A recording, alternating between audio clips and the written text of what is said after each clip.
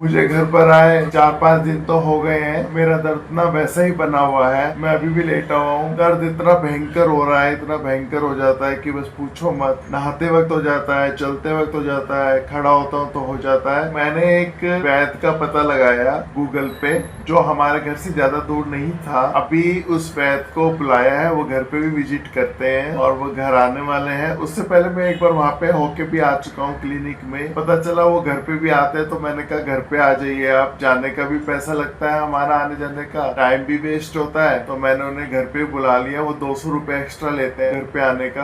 अभी वो आ रहे हैं घर पर, और वो जो करते हैं ना, वो है थोड़ी थेरेपी देते हैं, फिजियोथेरेपी मान लीजिए। मैं आपको दिखाऊंगा जिस तरह से भी थेरेपी देते हैं, जैसा भी दिखा सकूंगा वैसा मैं दिखाने की कोशिश करूंगा। तो अभी वो आ रहे हैं। उनका कॉल आया था, बड़े दिनों से मैं ट्राई कर रहा था 2-3 दिन से कि वो आए कॉल करता था, लेकिन उनके पास इतने काम है ना, उनको टाइम ही नहीं मिलता था आने का। तो आज फाइनली वो आ रहे हैं। फिजियोथेरेपी मेरे को देंगे और बहुत ही अच्छी फिजियोथेरेपी देते हैं। एकदम रिलैक्स फील होता है। एक एक नस पकड़ता है, क्योंकि मैंने एक बार करवा चुका हूँ उनके पास जा करके, और वो एक एक नस पकड़ते हैं। इतना अच्छा फील होता है। लेकिन अगर वो रेगुलर हो ना, 1 हफ्ते तक मेरी रेगुलर हो, तो मैं सच में बहुत ही जल्दी ठीक हो जाऊंगा। ये जो हेमरेज, ये क्या बोलते हैं, हैमस्ट्रिंग बोलते हैं शायद इसको, मैं तैयारी कर लेता हूँ, दरी बिछा लेता हूँ और उस पर लेट भी जाता हूँ, ताकि उनका टाइम भी वेस्ट ना हो। क्योंकि मैं जब खड़ा होता हूँ ना, मेरे को बहुत दर्द होता है, तो फिर उसमें दिक्कत हो जाएगी। उनके सामने थोड़ा सा दर्द में मैं धीरे धीरे आऊंगा, ये सब होगा। तो मैं दरी बिछा लेता हूँ, उसके ऊपर लेट जाता हूँ, उनके आने का फिर इंतजार करता हूँ। 15-20 मिनट में आ जाएंगे, देखते हैं कब तक आते हैं। तो भाई मैं लेट चुका हूँ। ये देखिए, ये दरी मैंने बिछा ली, इस पे मैं लेट गया हूँ। उनका फोन आ ही गया था। हमारे यहाँ जो स्टेशन लगता है ना, वो वहाँ तक पहुँच गई हैं, ऑटो में बैठ चुकी हैं। 10 मिनट मान लीजिए, 10 मिनट में वो पहुँच जाएंगी, ज़्यादा 15 मिनट में। ऑटो वाला जितना समय लेगा। चलिए गाइस, आ जाती हैं, मैं दिखाता हूँ वो कैसे मसाज करती है। जितना हो सकेगा उतना दिखाऊंगा, पूरा तो नहीं दिखा सकता, नहीं तो व्लॉग बहुत लंबा हो जाएगा, पर जितना भी हो सकेगा उतना दिखाऊंगा।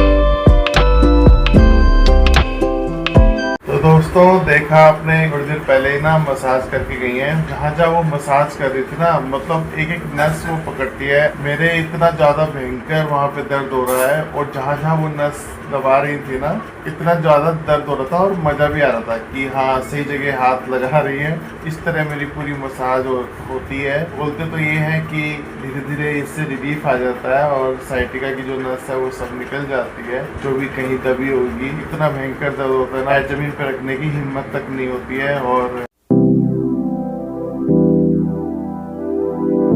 बड़ा परेशान सा हो गया हूँ। पहली बार ऐसा दर्द हुआ है गाइस। मैंने लाइफ में पहला ऐसा दर्द देखा। मेरी कमर में जरूर पेन हुआ है बहुत बार, जैसे नस में नस अचानक आ जाती है, वो तो बहुत बार हुआ है, लेकिन ये साइटिका का दर्द पहली बार हुआ है। अब पता चल रहा है इतना भयंकर दर्द होता है इसका, और काफी दिन तक रहता है ये दर्द। उन्होंने दवाई भी दी है, वैसे देखते हैं दवाई से क्या कितना आराम मिलता है। आयुर्वेदिक है, आयुर्वेदिक में ज्यादा अगर फायदा नहीं होगा तो फिर उसका साइड इफेक्ट भी नहीं होता है, लेकिन फायदा मुझे बहुत कम लगता है वैसे तो आयुर्वेदिक में, कि इसमें कोई गारंटी भी नहीं होती है। एलोपैथी भी मुझे अच्छी नहीं लगता, मुझे घरेलू उपचार अच्छे लगते हैं, अपने घर में जो चीजें होती है या फिर देसी इलाज जो होते हैं ना, जो पुराने जमाने में लोग कर देते थे, नस वस उठा देते थे और पता नहीं क्या, वो सब लोग गायब हो गए। जो पुराने जमाने के लोग हुआ करते थे ना, बुड्ढे बुड्ढे, और वो दादी वादी जो होती थी गाँव की, वो पता नहीं कहाँ से नस पकड़ती थी एकदम ऐसे करके और चिटका देती थी, एकदम नस उखड़ जाती थी, बिल्कुल उठा देती थी,